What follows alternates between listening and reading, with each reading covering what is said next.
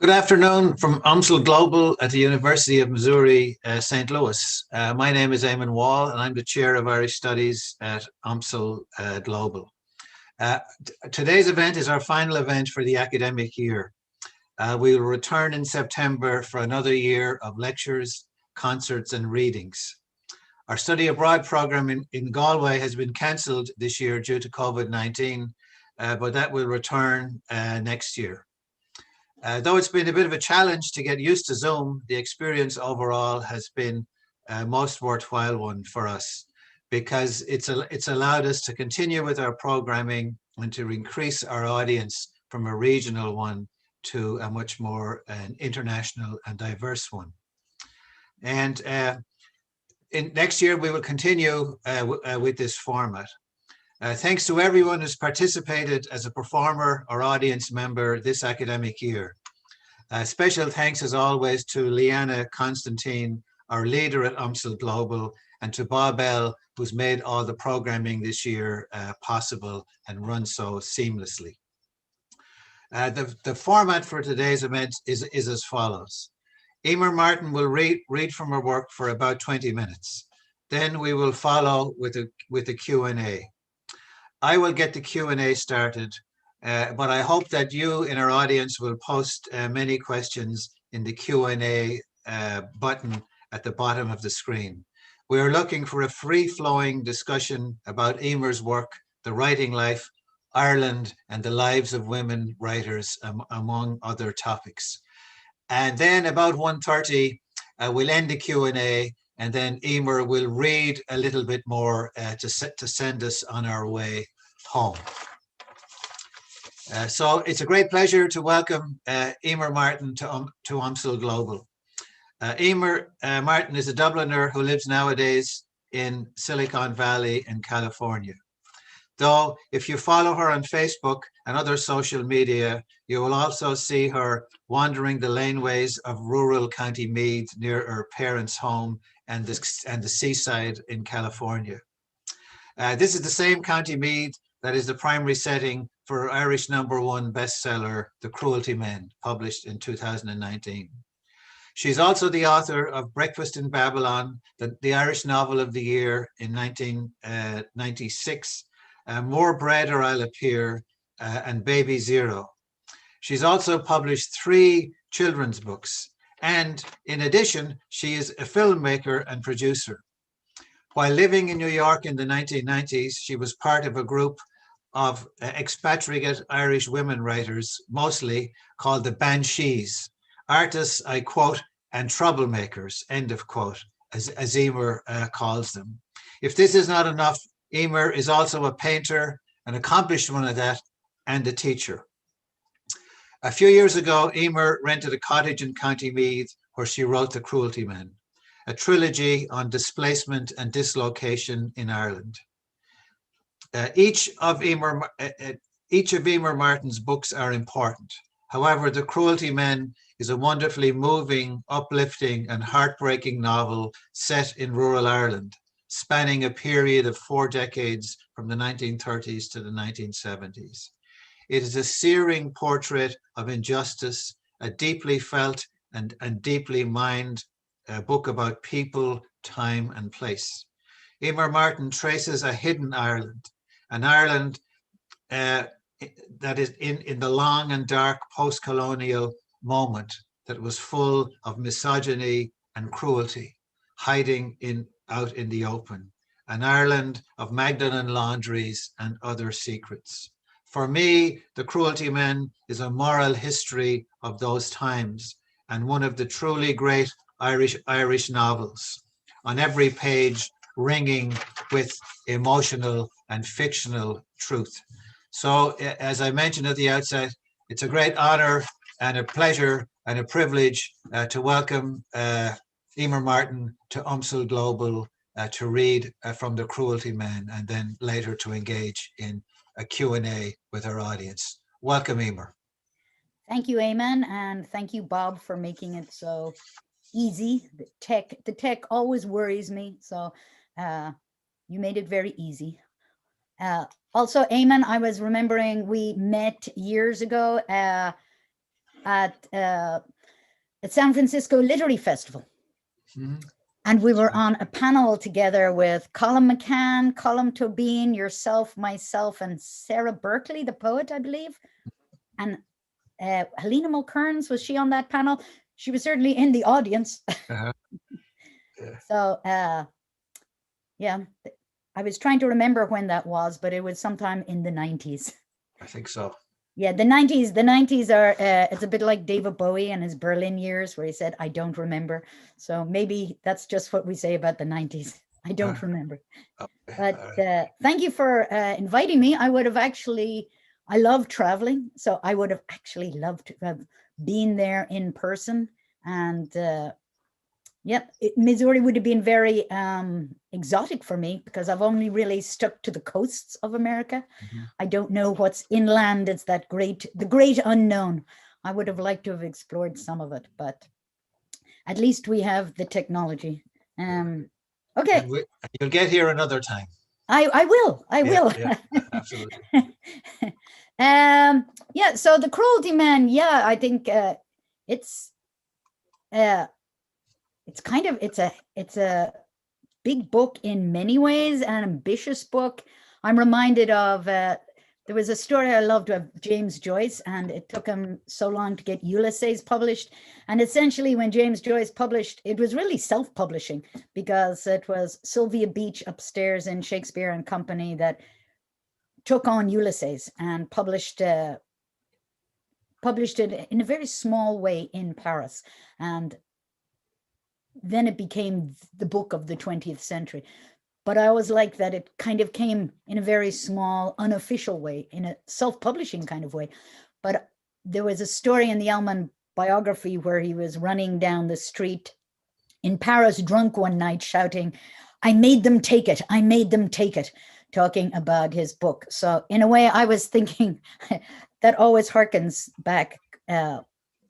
When I wrote this book and got it published, I thought of that too. I made them take it because the book really was kind of, it took me 10 years and I was on O'Sullivan's farm in County Meath.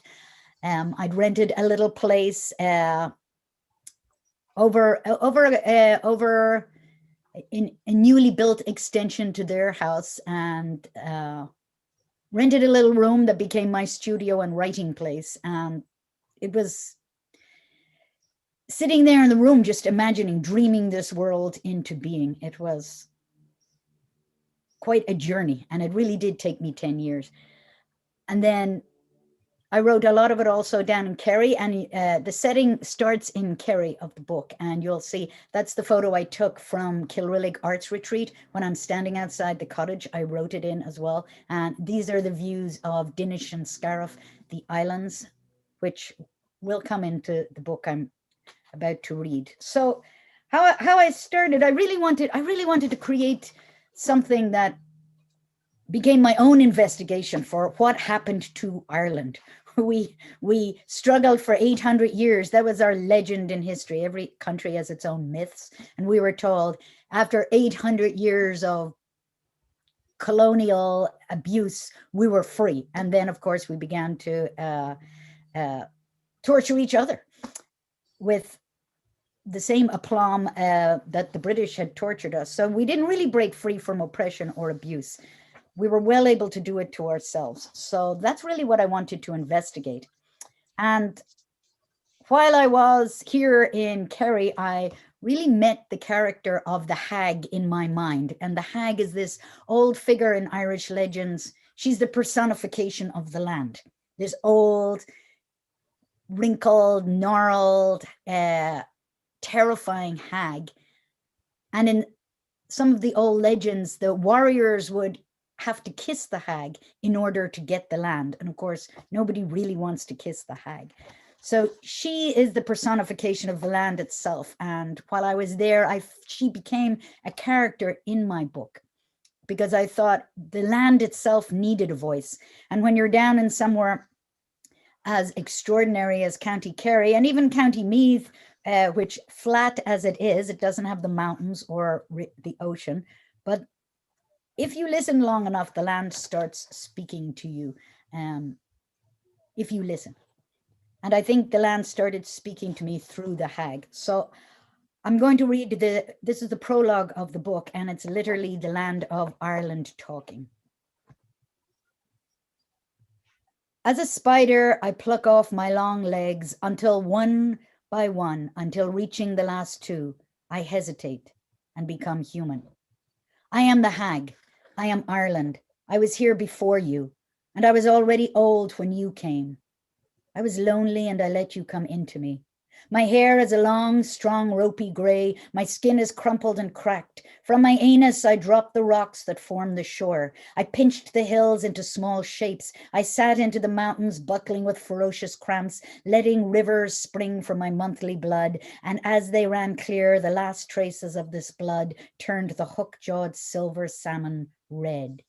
By the time you arrived, my sisters were already dead. One of them killed by the bull. By the sea alone, I was shaper. I spat out hawks and scald crows as I danced to keep warm. The moon was wider then, easier to jump onto. I don't make those moon landings anymore. A bird whose eggs have been touched by human hands. I never return to that nest. I'm not ashamed to say I was lonely here, waiting for no one by the edge of a long frozen world. A second freezing. I scraped my nails along the edge of the land and made cliffs. Giant deer got entangled in my guts. My tears pollinated the island's thawing interior. I screamed out wolves who darted, predatory and gray in the forest. Then sleeping, I whimpered foxes who left sea onion outside their dens to keep the wolves away.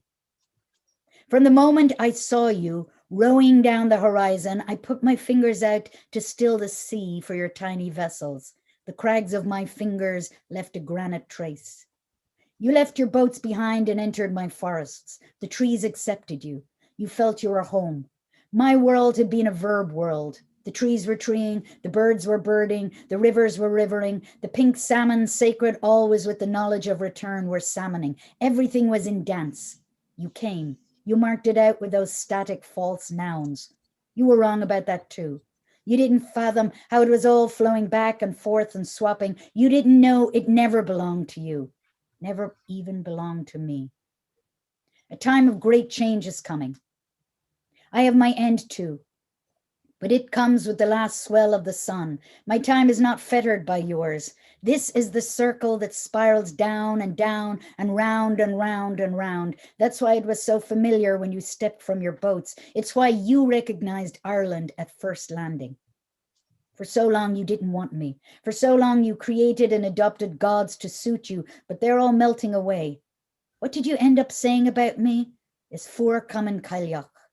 The affection of a hag is a cold thing. And that's the truth.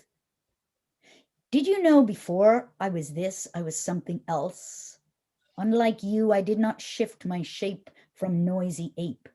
I was quiet as a spider. Look at all I wove. I am spider no longer. You turned away from me, and you've said things about me, and you've told stories full of lies. Over a teardrop of time, you did what I thought you couldn't. In the end, within a mere 10,000 years, you had broken my insect heart. The change is coming.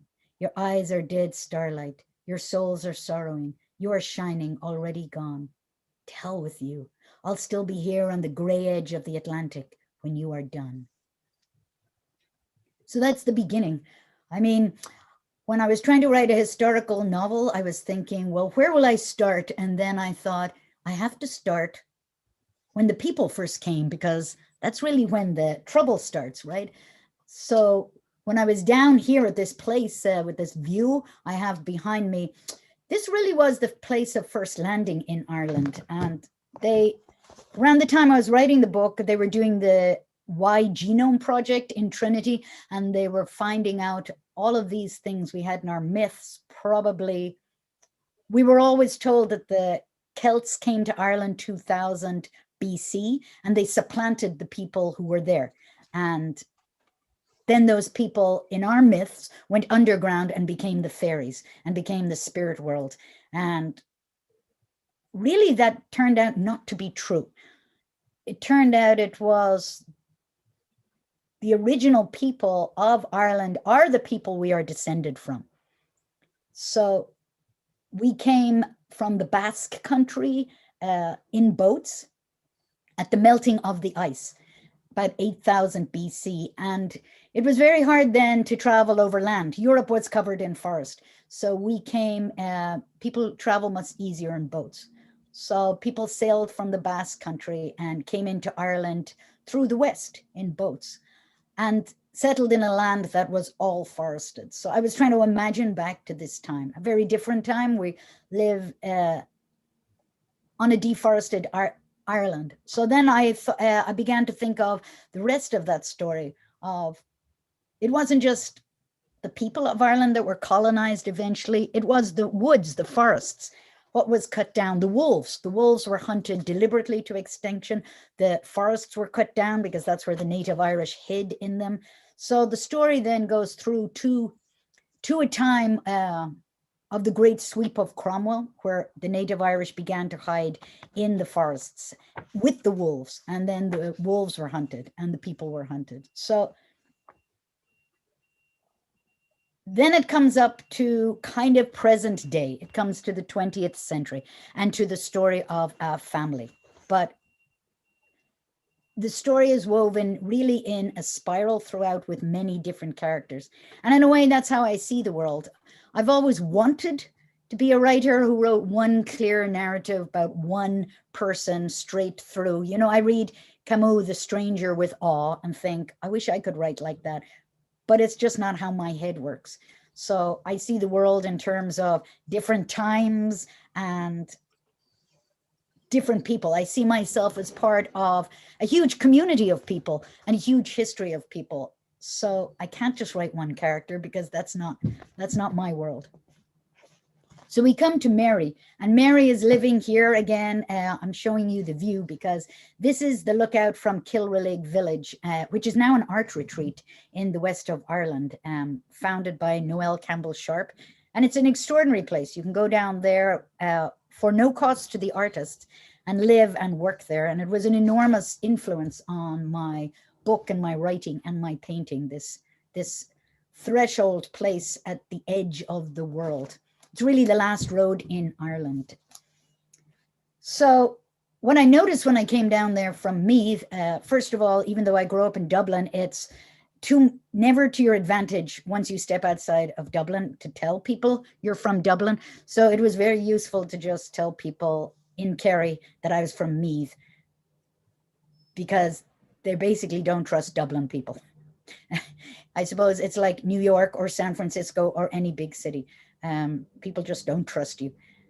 Maybe rightly so. So I would tell people I was from Meath in Kerry, and they would say, whereabouts? And nobody had ever heard of where I lived in Meath.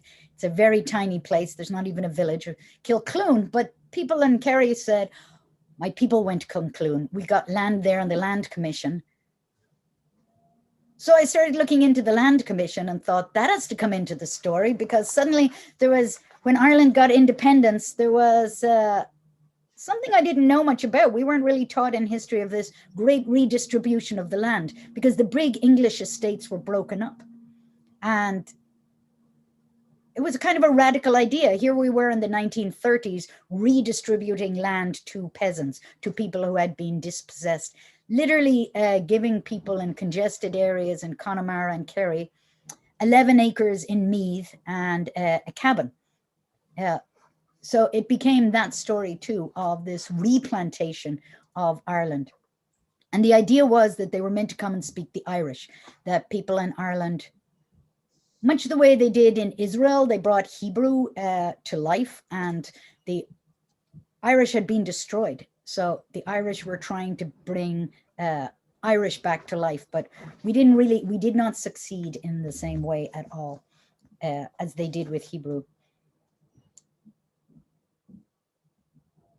So here is Mary. And here is the moment where the Land Commission person comes to their little Irish-speaking village in Kilrillig and up this mountain, and you see the view here. A man came up the mountain on a bicycle. We lived in Kilrillig Head by the township of Ballinaskelligs in the barony of Ivra in County Kerry. 10 houses all in a row at the side of the road. As it was, the road was barely cut out from the mountain. There were no houses on the other side of this road because they would have fallen straight into the sea. There was no facing each other or gathering around each other, just a procession of us. Sometimes I felt the houses were the people, with their window eyes and their door mouths, and the wind came in through the slate stone skin and lashed about the insides. Often the hens were blown up under the rocks that hung over us. There was no shortage of water coming down the mountains, brown, soft, boggy, and cold. We licked it off the mossy rocks. The great hunger was over when I was born, but the living memory of it was still strong, and the roads around us were jittery with ruins of houses. These ruins were just like the dead, part of our world. We accepted their sadness, their crowded, blacker past. For this hillside had once been a busier place. Many had fallen from the hunger before they could get away. The ditches we played in as children were full of their bones. Some of them would have survived and settled elsewhere, and if you'd family in America sending home remittances, you were on the pig's back. But the majority who survived and ran out of here never looked back. We had heard that the English had finally gone after 800 years. Indeed, they were gone about 4 years before I was born, but this had not made a difference for those of us on the last road in Ireland. We existed in a dream at the edge of the world. We spoke only Irish. We lived on the mountain, and the mountain lived in us. Empires had fallen on the continent, and wars had been fought. Loot lost, won, epidemics had raged, but little mind we paid to it. I can recall the bony cattle standing in the deserted cabins, looking with their blank faces out of the windows and the ragged curtains still hanging there. Not only were the houses ruined, but we were forgotten too, remember? That is, until the man came up the road on his bicycle. He was pushing, and he had got a big book strapped to his back. The sun was swollen up that day, and the sea was hard and sparkling. The islands that lay just out from us were luminous in the water. Dinish, Scariff, and the long finger of the Beara Peninsula with 3 distant islands, the bull, the cow, and the calf. They looked like great floating whales. They were our family too. When you see them every one of your born days, it becomes that way. Those islands and the mountains were just as much part of us as our limbs. We children ran to him. It was our hill. We swarmed around him and asked him all sorts of questions. He was sweating and mopping his huge brow with a large white initialed hanky, the likes of which I'd never seen. He spoke mostly English and a different kind of Irish that didn't flow, but we could understand. He sat most of the day on a stool outside the O'Connell's house and instructed us to go fetch all the grown-ups. We ran into the hills and told everyone to gather that evening. It was the brightest day of the year and the longest. Still light when we sat in front of the small fire. We didn't need it for heat, but we did all our cooking in a big black pot over it. There were about 30 people in the house. We ran in and out of the 2 doors at either side. We all thought the man was from the Folklore Commission. There were a few of them who went around the country on bicycles and got all the stories from the old people before they disappeared into their graves, and all their knowledge with them. For nothing was written down, all was kept in our heads. We welcomed folks from the Folklore Commission. Things were changing so fast that every time an old person died, they took centuries of knowledge with them. This man was not looking for our stories. He had come for us, body and soul. I'm from the Land Commission, he announced. So that starts the journey of this family, and they're given land. Interestingly enough, they're given land in order to speak the Irish, in order to bring the language back to a very colonized County Meath. But of course, when they arrived, the local people, these stories from my father, who lived at the edge of what they called a colony. So ironically, it was the people from the West speaking Irish that were seen suddenly as the new colonizers, because they were getting land that the people of Meath had worked on these big estates for years, but they didn't get the land because they didn't speak the Irish. So there was terrible resentment at the beginning, especially. And they arrived to this, they were given these little cabins, and there was, the locals had painted migrants go home to Connemara on some of these cottages. And my father said when they'd arrive at the local pub, they would be run out for speaking Irish. So you know, there's always this idea of governments have these grand schemes.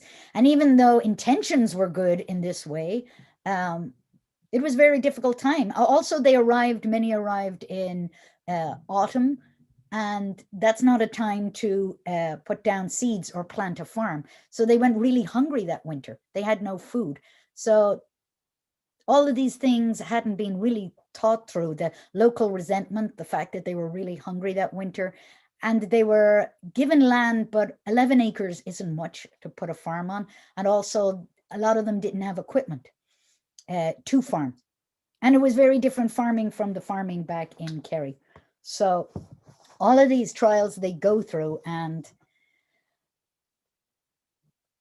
eventually the story of the Cruelty Man, there was that time in Ireland that we had become independent from England, but yet we had adopted into our constitution, which is always a bad idea, that we were a religious country. So we welded our constitution, our politics, to the Catholic Church at that time, which was really a big mistake. It wasn't creating a pluralistic society at all. And Archbishop McQuaid at the time, a very austere, stern figure, and De Valera really carved out a very sort of grim Ireland in many ways. And there were these men, the Cruelty Men, they went around the countryside and they took children from the poor and they put them in institutions, these industrial schools that had mushroomed around the country after independence. And they made the children work, and the children worked for free. And there was terrible, that we really only found out later, there was terrible abuse going on in the homes. Even though these children, when they came out of the homes at 16, told the country of the abuse, they were poor and nobody listened to them. Because again, it's like, who do we give a voice to in our society? Not the poor. So this new Ireland didn't have room for a lot of people. So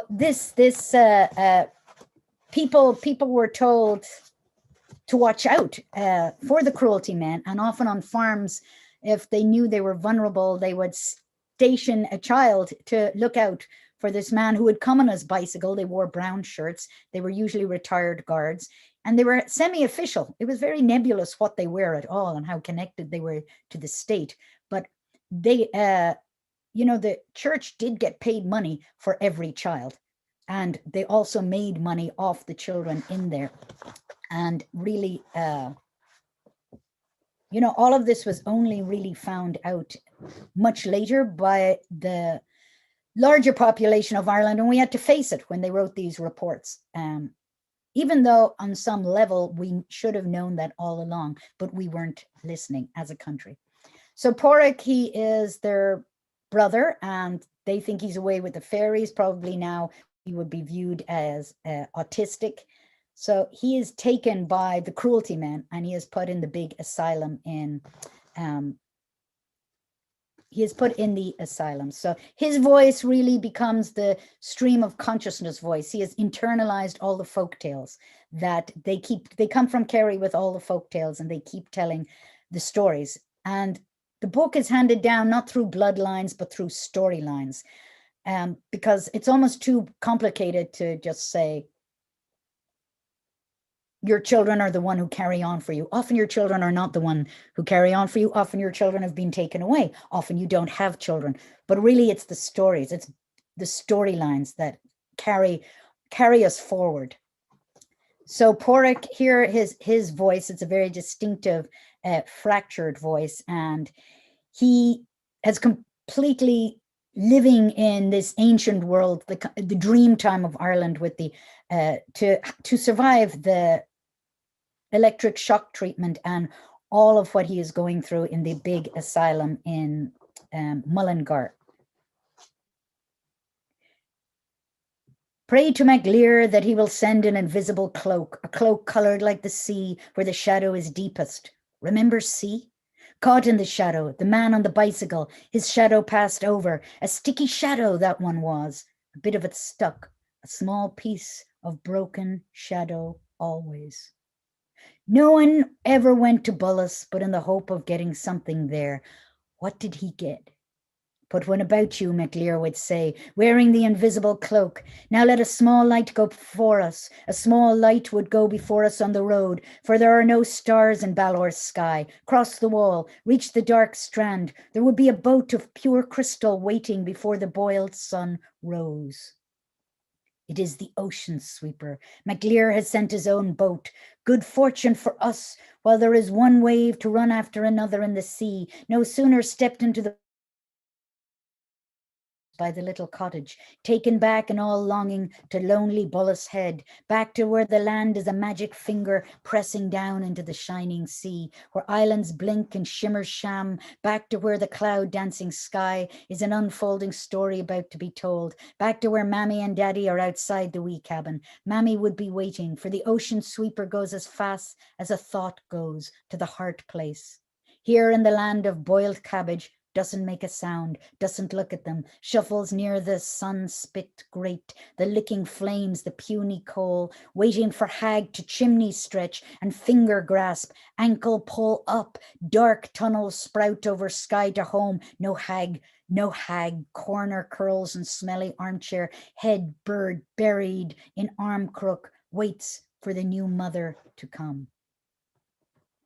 So I'm going to stop there for the moment. I'll come back to another voice, but I thought I'd really open it up to a discussion, and then I can come back for a final reading. Okay, thank you, Emer, and that was wonderful. Wonderful to hear the voices and that from the novel. So for everybody who is participating as in the audience, there's at the bottom of your screen, you'll see a Q&A little button there. So if you have a question, please just type it in, and both Emer and I can see it, and she'll answer your question. So while you're thinking about your questions, I will just get things started with I have a couple of questions of my own, but please, your questions are more important than mine. So if you have questions, just include them in the Q&A. So you partly answered this in your commentary already, Emer, but I just want to go back. I just want to take you back to the cottage in County Meath, and maybe the room that you had in Kerry, and to the beginnings of the book, and it's very interesting how you say that in part things in the external world came into the novel, right? That the landscape of in Kerry in particular, right, and the meeting people along the road, and their stories. So it seems to me it's a very organic way to build a novel. An old-fashioned novel might start with a plot or a plan and everything, but you were more flexible and more organic, right? And so can you just talk a little bit more about that process? Well, I think it's, I would love to think it's because I was more organic, but I think it's because it took me so long to write that the world leaked in. So the book I set out to write, I remember some writer told me, I've all these great masterpieces inside me, but I keep ruining them by writing them down. And I kind of feel that way. It's like I set out to do, an investigation of what were the roots of, how did we get here? And I was writing one book, and it was around the time when the Murphy Report and the Ryan Report were coming out. And I remember stopping my car, listening to the Joe Duffy show, and people were calling in and talking about the abuse in the industrial schools and the abuse in the laundry. And I had to pull over the car, and I remember thinking, I have to write about this. This can't be ignored. This is like Ireland's, Solzhenitsyn wrote about the gulags and the cancer ward. And I thought here, when I looked on it, and I saw Fintan O'Toole wrote an article that said in the 1950s, 1% of the population were incarcerated in an institution somewhere.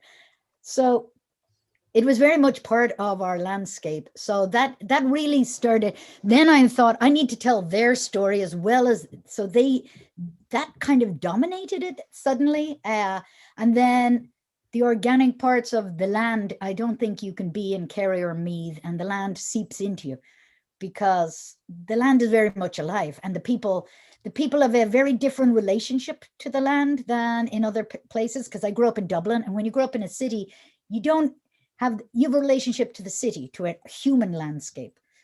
But when you're out in the country, it's really extraordinarily different. And I could feel, as I was in Kerry, I could feel the sea speaking, and then it was very hard not to feel, when you're on a mountain, not to feel the mountain thinking.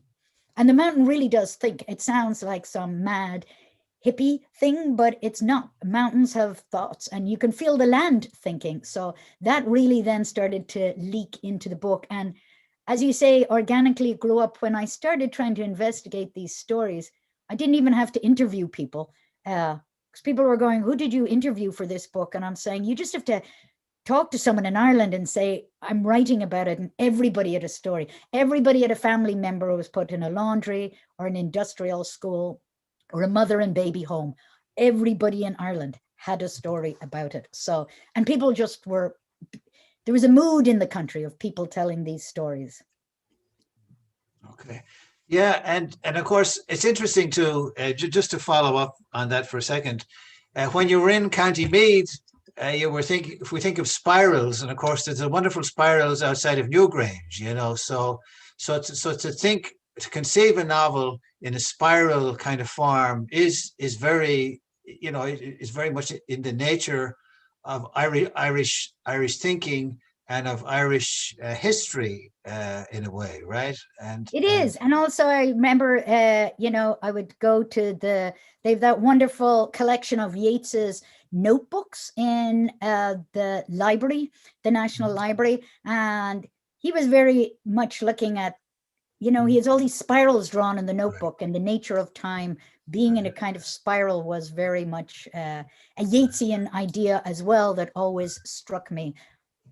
Yeah, Of and time I coming think too, back. yeah, and I think too, what you mentioned about the hills talking to you, the mountains talking to you, that kind of thing, and it does seem, in one way, is a kind of hippie-ish kind of thing, but also nowadays, in terms of study of literature, it's eco-lit, you know, and it's eco-feminism, and that's, you know, Yeah. so it has all those connotations as well, you know, so. Well, I think as I live close to San Francisco. The older I get, the more I realize that the hippies were right about everything. Anyway, except washing the hippies. Washing is Okay. a good idea. But apart from that, you know, we laughed at the hippies, but they were right. Okay, so let's go. I'm going to have a look at a couple of the questions first. So the first question is from an anonymous attendee. Do you associate your work with a specific color or musical note? When we think of Ireland, we think of green, for example, or the last note in a popular Irish song, you know, and that's a very interesting question for you, because you're also a visual artist, right? So you thinking things not just in terms of language, but in terms of color? Yeah, and it's interesting when you grow up in Ireland, you don't understand the greenness, and you kind of think people are very strange that every time you meet people outside of Ireland, they go green. They have this color, and only when you live away and you come back, and then you stand there and you go, it's so green. It's so green. There's a greenness, you know, the cliche, the 40 shades of green. Ireland, it has a color. Ireland is a green country, you know. It's green, and there are rainbows everywhere. And then there's a riot of color and hedges. I remember I associate Ireland with hedges. There are hedges unlike I've seen anywhere else. There's worlds inside the hedges. The mountains are talking to you. The hedges are alive. So very much, I do think like the cliche of green is, you know, like a lot of cliches, is absolutely true. There is a color. But then at the same time, looking at the old photos of Ireland, and naturally they're in black and white, but they're, you know, the old photos, I'd look at people standing outside in the poverty and the barefooted, the barefooted, ragged hordes of children, and this, so there's a grayness as well. There's a grayness to the past that we think about too, of poverty. I mean, Ireland was mired in terrible poverty for hundreds of years, and a very deliberate colonial specific poverty too, that I think gives Ireland a very different history from other European countries. Like there are parts, there's the Basque country and there's Catalan and there's other very colonized places in Europe, but Ireland definitely has that history of colonization. So that's a really interesting question. And music is always there. And the music, it wasn't so much the particular music, although I did listen to music. I always listen to music right in this book. And strangely enough, I wrote this book listening to a lot of Philip Glass. I don't know why, but there's always some certain things, and that's not Irish music at all. But I think it was that time thing. It was that repetition of Philip Glass. I think Philip Glass goes in spirals a lot. So it wasn't Irish music, it was Philip Glass music. But yeah, there's music to the landscape as well. A very specific music there. So very interesting question.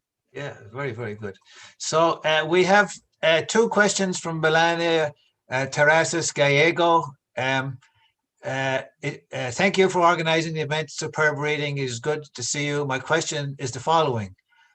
On many occasions, you use the rhetoric of inquiry to question sexuality as a reproductive measure or as a source of priests' lack of self-realization, frustrations, and cruel attitudes. What is your intention with this discussion of sexuality in the novel? And it's a wonderful question too, right? It goes to one of the hearts of the novel. Yes, and it's interesting on Amazon. It's interesting with writers now that you could get a great New York Times review, you could get a great that, but it's the Amazon reviews that really get to you because they stick. They seem to stick even longer than any of the other reviews.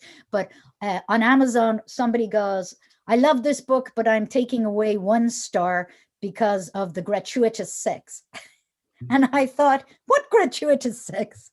It's like, how can you write a 435-page novel about women and laundries and Ireland and the fertility, this massive fertility that was in Ireland of the women, huge families like of kids without sex coming up. So yeah, and the repression. So very good question. The book is rife with it. The repression among the priests, the repression among, there's a character, a priest who's, in my mind, he's gay, but he can't go be gay. He can't go live out his life. And that, that repression that is there all the time, that was suffocating in Ireland. And I think for any of us who grew up, our generation, Eamon, remember that. Like the present generation, it probably seems a very distant world to them because Ireland now has, really the new generation were born fully in Europe and have embraced European ideas in many ways. But we grew up, I think, in a very repressive, sexually repressive society. And that had repercussions, and it had repercussions of these girls who would get pregnant, and these women were hidden away immediately. And then the babies were hidden away. And it almost became an industry of hiding and repression of women. And that fear, that absolute fear the church had and has over women's sexuality, the terror of it, a real terror of the power of women. And sometimes, and the book really, that is a central theme to the book, is the fear of women's sexuality and how it was repressed and at what a price. Because Maeve in the book is the character who embraces it. She's, she is a free spirit. She likes sex. And that was a huge sin back in the 1950s in Trim as a servant girl.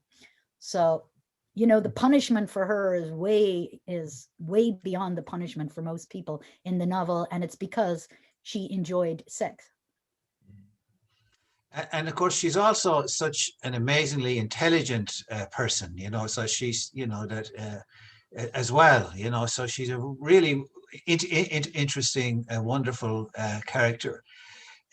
So, you know, just in case some of our audience are not familiar with Magdalene laundries, for example, could you just give like a little, what your understanding of what they were? Well, this book brought me to a lot of research about them, and Mhm. I read a lot of books about them and stories and histories. And the Magdalene laundries were set up, they were in England and they were in France and they were in other places, and they were to take prostitutes, reform them, give them a trade. So even though they were in other countries, they would typically keep women for maybe 3 years and try to train them in something and send them away. But in Ireland, they took on a very different nature. They became very particular in Ireland. So in Ireland, they became tools of the church and the state in its mania to oppress women and to destroy women who had veered out of the fold of church and state. And so women were put there for many reasons. My dad had a story where he said there was a cousin who wrote poetry and was a bit of a free spirit and walked barefoot by the Boyne.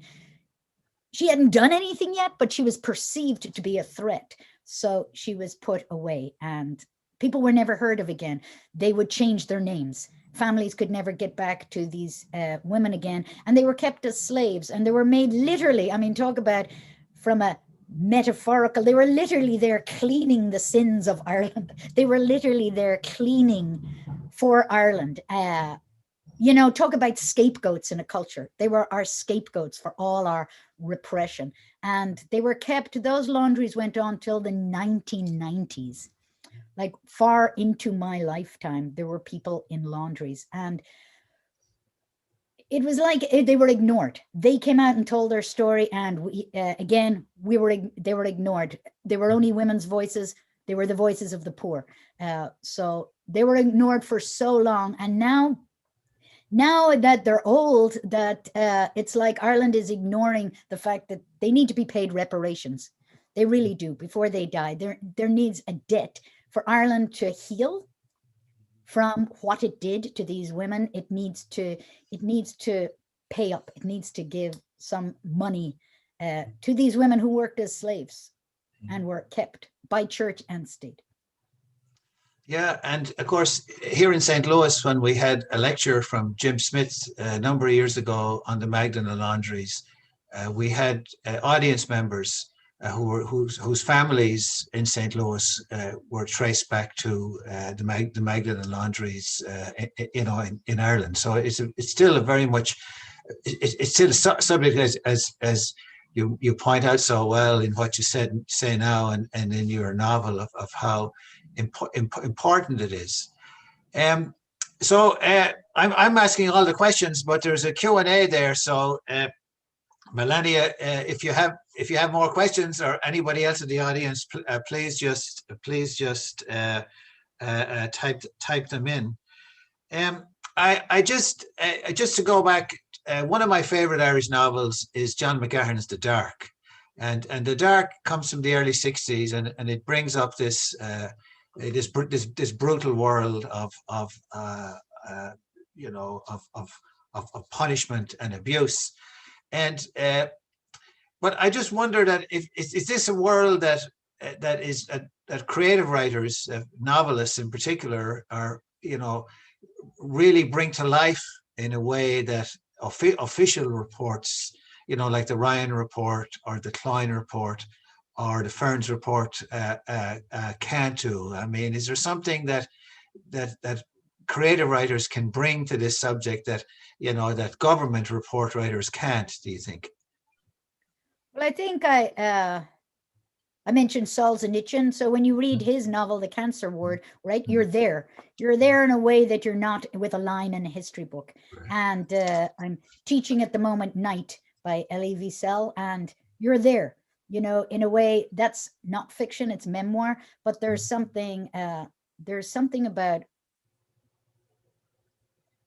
reading a book and distilling it into fiction that brings, I think fiction for me is the most efficient way of getting to the truth, because the reports, you can read all the reports and you can read newspaper articles and you can read history books, but something lives in fiction. Something lives in fiction in a way that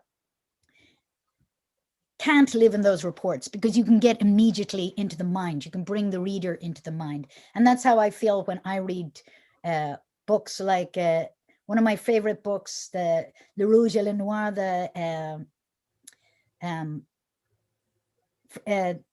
Stendhal's book. You know, it brings me thoroughly into that time in France that I would never be in otherwise. Right. And I think fiction has that way to draw you in through a story. So there is great power in fiction. And for a writer, you know, for me, I just couldn't ignore it, because it was what's happening when I was writing it. So like that, it leaked right into the work and kind of took over and became a story about that, which I'm glad it did. It became a better story, because it was a story that actually I knew needed to be told. And I know there's healing in the stories. Like there's healing in telling the stories. It's like, how do traumatized populations heal? And I think story is a key part of it. And one of the great things about Ireland was that it was the people at the edge, most of the people who couldn't read or write, who had an oral history and told a story, the storytellers. Like when everything was taken away, they were the ones passing the story down and down through the different generations. And really they saved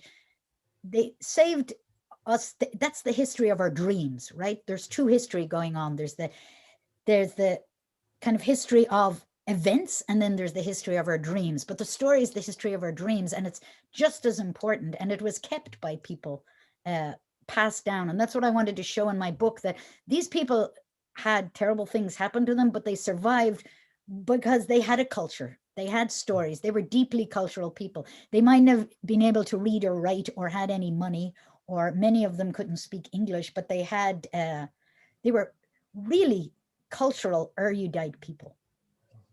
Okay, wonderful. Yeah, wonderful answer. So I have two good questions for you from the Q&A from an anonymous attendee. I am aware of your necklace today. Did you wear it today because it has particular meaning for your work? That's a fantastic question. It is. I love this necklace. This necklace actually is one of my, I'm kind of a thrift store queen. I love thrift stores. And this was one of my great finds. I was in Tokyo in a thrift store, and it's a Vivienne Westwood necklace. So, and I thought, and the Japanese love Vivienne Westwood. So I don't know how it escaped the eagle eye of, I was looking around me when I found it going, how did they not find that? How did they not spot that? So this is a beloved necklace, and I'm very lazy with jewelry, so I wouldn't read too much into it. So what it is that I kind of always wear, I have about 4 necklaces, and they all have a story. So I wear it on all occasions. But okay, that's a great question. I'm glad you noticed, and I got to tell, it's one of my thrift store triumphs. All right. And of course, I would be very poor on jewelry, but I grew up partly in the 70s, so I remember Vivienne Westwood, from the days of punk and all of that, right? So, all right. So, Melania has another question. So thank you so much again, Melania, for the third question. The Cruelty Man ends with the character of Baby, as she helps her old friend Ignatius, now a beggar in Dublin, and a scapegoat for capitalist society's lack of empathy. Does Baby personify your idealized view of Mother Ireland in post-Celtic Tiger Ireland, with all its current problems of homelessness, migration, and social exclusion? Right. Again, a wonderful question. Yeah, I think Melania, that's you've spotted Baby. For Baby is hope, right? Baby has grown up and has seen through this veils they've thrown up of church and state. And Baby is one of the keeper of the stories.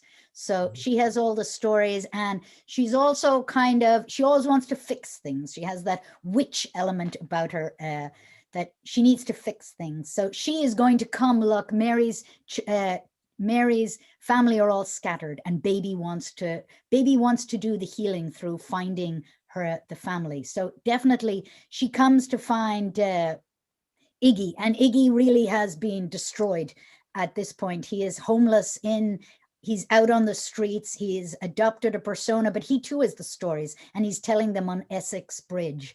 No irony there. Essex was one of the big conquerors in Northern Ireland, Lord Essex. So yeah, baby does personify that hope. It does give the idea that she is the New Ireland in the 1960s. She is the person who I'll take forward in the next book, as she gets into the women's movement, the feminist movements. She starts unraveling all of these. So yes, baby is the personification of hope, and she's straddling these two worlds. She's straddling the world of Mary, who's in the kitchen, and her parents, who are more middle class, who are in the dining room. Because there's a lot of class and analysis in this book as well, of these two parallel Irelands. Because usually if people ended up in the mother and baby homes, if they were middle class, they got out. They might have taken your baby, but you got out. Whereas the poor were sent to the laundries and stuck forever as literally as slaves. So they're the two worlds colliding on the bridge, the kind of middle class world. But baby is an emissary from that, and she is going to try and fix things. And you'll see in the book I'm writing now is taking all of these characters forward into a new generation, into my lifetime, basically. All right, and that's a wonderful question and wonderful answer. I mean, it's truly shocking nowadays. Our students find in Galway in the summer, to be walking down through Shop Street about 11:30 at night, and to find all these people having to sleep in doorways of the shops, while at the same time Ireland has become this incredibly wealthy country. So it's really, it's a really interesting issue, I think, in a really interesting way to end the novel. Yeah. And also, like, if you look at modern Ireland, I go, our capacity to institutionalize people runs right into direct provision. We have all, that was our answer to migrants and refugees, is to create more institutions, which, became horrible places and places of terrible psychological harm for the inhabitants. And I thought, there we go again. There we go again in a new century. We are doing it again. Okay. All right. Wonderful. So let me see if we go on. I think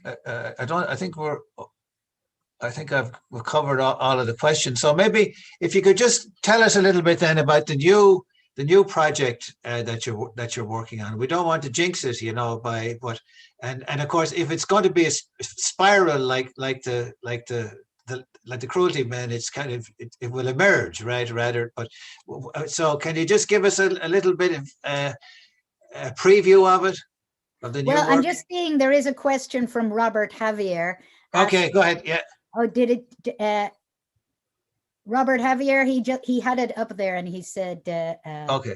How do you humanize the characters, that they're specifically Irish, but also universal? And that's a very interesting that's a very interesting question, because I think all books, if there's truth to them, they have, if there is a truth to them, they become universal. So even though you're writing very specifically, and I know I teach with Robert, and we teach these wonderful books like Toni Morrison, The Bluest Eye, and it's so specific to the Black community in Ohio in the 1940s, yet Pecola Breedlove is this universal character. I think the truth brings out the universality in a way that, even though local, if the fiction is coming from a real place, a place of the heart, then it has a universal character. So, and it humanizes the history. It really does. So thank you for that question. Yeah, thank you, Robert. I missed it, Robert, but thank you so much for the question. So did you always want to be a writer, Emer? You know, Yeah, because I mean, when you were growing up in Ireland, they were our rock stars, right? They were our writers. Strangely enough, they had it was kind of it was kind of our showing, because we grew up in a time where the Irish were still seen as stupid, right? You would go into, and I remember being in London and seeing there were joke book sections of stupid Irish joke books. I remember that. And just, Paddy. And you were, so the Irish were, our writers were really our proof that we weren't stupid. And so I grew up with them being enormous figures, I think. Wouldn't you say that, Eamon? I That they agree. were, Yeah, absolutely. Yeah. yeah. And of course, so you wanted to join them, right? I And wanted to join them. I wanted to be in the club. yeah, Yeah. yeah. I wanted And to be in the club. yeah, and of course, one of the things I think that Evan Boland points out in her memoir is, that during when you get from the 50s and into the 60s, that women went from being more went from being the subjects of Irish literature to being the authors of Irish literature. There were always women, right, but more and more women got involved, so that so and of course the literature for that reason changed and diversified in all kinds of interesting ways. You have more women writing, but all women are different, right? So we have all these different perspectives. All right, so we have a little bit of time left, so I thought that maybe for the last part of the event today, and thanks everybody for joining us today, and thanks for all the questions and everything, that we would end with a short reading from Emer, just to send us on our way. Okay, and thank you, Eamon, for inviting me, and for the university, and thank you all for joining in. It's kind of, I didn't know who was out there, so it's nice to also see the questions. I think I'll end with the part in the laundries, and it's the figure 435. She only has a number, not a name, because when the kids came into industrial schools, they were given numbers and addressed as their numbers, not as their names, which was, of course, dehumanizing. But an interesting thing was the printer contacted me, and I didn't realize it. And he said, when he saw there was a character called 435, he ended the book. He made sure that the book ends exactly on page 435. And I hadn't noticed, but now that I've noticed, I'm kind of think that is really cool. The idea that the printer did that, he made sure to end the book on that number. So she is here in the laundry, and Maeve, who is her mother, but she doesn't know she's her mother, and Maeve doesn't know she's her child, which actually was a story I read that happened more than once, which again is the cruelty of that. But she is here, and Maeve is the one telling all the stories, and 435 is listening to these stories. We all groaned as the nun shut out the light and sat at her place, taking out her rosary and beginning to say the prayers loudly. They had the nuns do shifts as we slept to keep us under guard, though it was really only Teresa who would have bolted. Many's a time I thought of running away, but since I'd never so much as even seen the outside world or talked to anyone who wasn't a nun or one of their captives, I didn't know what would happen to me if I got out. I'd never even seen money, let alone how to use it to get food. Teresa whispered to the little poet. I was raised on a mountain, in Bullis Head, Kilrillig, Ballinaskelligs in the barony of Ivran, County Kerry. I grew up on a farm in Meath. Then I was cursed. 300 years in the mother and baby home, 300 years in the big house in Mullingar, and now 300 years as a Magdalene.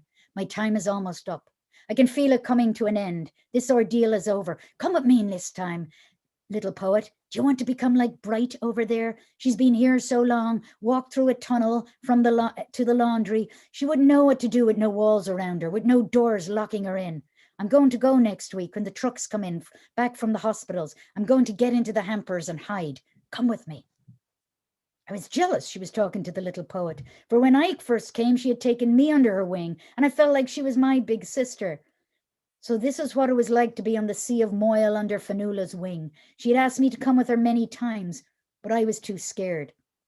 I was the girl at the end of the dormitory, lying here without so much of a chance of a dream to come into me at the night. For what could I dream of but the washing coming in with blood and shite on it? What dreams come into the dark house at the end of the lane with broken windows and a smokeless chimney? They call me bright, but my lights were out, so they were. The next night, the little poet was crying in her bed, and Teresa snuck into the bed beside her. My all Sagosha, my great wee Gersha, she said. So help me God, I was so frightened that she'd take the little poet with her and never come back to me, that I told the nuns of her escape plan the next morning. Didn't she get a beating for it that made us all weep and cry and made me get sick again so they'd stop? The nuns told her it was me who ratted her out, so she never spoke to me again after that, ever. But I could still listen to her stories. And they watched her like hawks when the laundry trucks came and went, and she standing with the little poet, lost behind the steam, and the beauty that was never in me would be taken out of both of them in the laundries, and their fires put out, and their lights cut off, till we all slept on our beds under guard like a whole row of dark, empty houses forgotten by the electricity. But maybe I knew what love is. Love is what I'd done to her. Only I could never tell her that is why I'd done it. And knowing I had made sure Teresa would never leave me, I began to close my eyes at night and was finally able to dream. I dreamt of the big wooden door unlocking and swinging open. I dreamt I left these pale green walls. I came out and floated out into the cool air and saw a green country beneath me with shining green fields and tall green trees. And I saw the cruelty men in brown shirts like insects teeming through the country, their heads darting left and right, and all the children burrowing underground to hide. I was nothing, so I was, and they did not see me. Thank you. All right. Well, thank you very much, Emer. And thank you, everybody, for joining us today. And we'll be back next academic year with more programming. So good luck to everybody and take care. All right. Bye-bye. Thank you all.